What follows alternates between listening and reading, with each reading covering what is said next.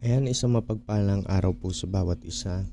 Ngayon po ay ating pag-aaralan kung paano po ba gumagana ang sum function. Bago po tayo dumako sa ating video, may nais lang po ako na ibahagi po sa inyo. Sabi po ng Romans 6:23, "For the wages of sin is death, but the gift of God is eternal life through Jesus Christ our Lord." Sabi po dito, ang kabayaran ng kasalanan, kamatayan. Kaya po pala mayroong kamatayan dahil ang lahat po ng tao ay makasalanan.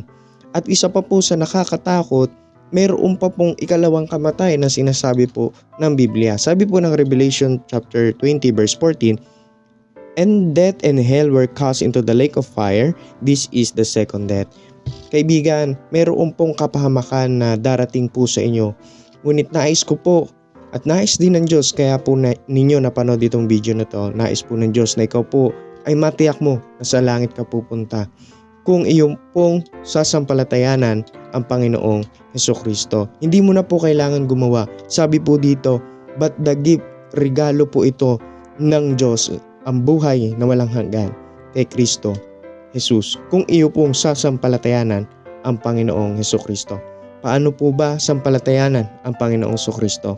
Pagkatiwalaan mo ang Panginoong Hesukristo na siya lamang ang iyong Diyos at personal na tagapagligtas, at gayon din na pagsisihan mo ang iyong mga kasalanan at talikdan ang mga bagay na ito. At matitiyak mo na kung ikaw ay sumampalataya sa Panginoong Hesukristo, ikaw po ay magkakaroon ng buhay na walang hanggan at hindi na po yun kailanman mapuputol dahil yan po ay pangako ng Diyos. Ayan, ating umpisahan ang sum function. So papalitan ko lang itong sheet 1 ng sum. So enter. So yung sum function po ay para lang siyang additional. So ipagko-compute po yung dalawang value. Ayan. So ngayon, ang paggawa po ng sum function ay palagi po nag-uumpisa sa may equal sign or function at tinatawag, then sum, open, close, and parenthesis, number 1, number 2, etc. So, ayan, lakayan lang natin.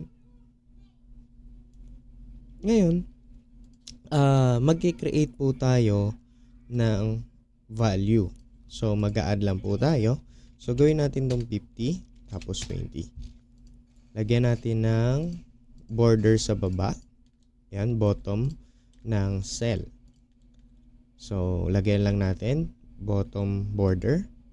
So, ayan, nagkaroon na siya ng border. Then, equal sign or function, open parenthesis. Tapos, iselect nyo po yung nais nyo po na ipag-sum. So, para po magawa po iyan, so balik tayo. I-hold nyo po yung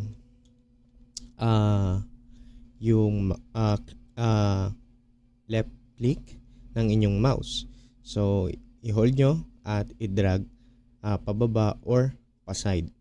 So, pag na-drag nyo na yan, at okay na kayo, content na kayo, kahit hindi nyo na po lagyan ng close parenthesis dito, automatic po siya. Once na in-enter mo, automatic na po siyang magkakaroon ng automatic na siya mag-equal, no? Mag-additional.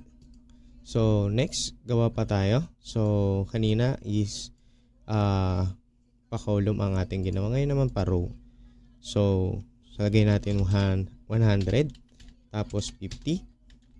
So, make sure po na hindi nyo po ilalagay doon sa mismong may value. Halimbawa, ganito po. Equal. Bawa, nilagay nyo yung 50. Tapos, sinelect nyo to.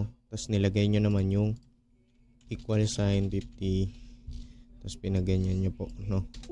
So, mag-e-error po yan. Make sure na nasa kabilang cell po siya. Okay? So, nasa separate cell po siya. So, sum. Ayan. So, lagay natin. So, ayan po nag-equal po siya sa 150. Ngayon, ano ba mangyayari kapag ginawa natin na ganito? sum.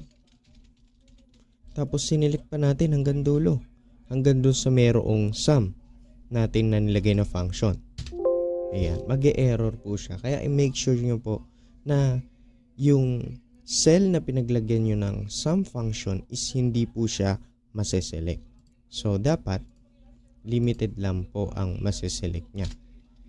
Dapat hindi aabot doon po sa mayroong sum function. So, hanggang ano lang po siya, hanggang row F, ay column F.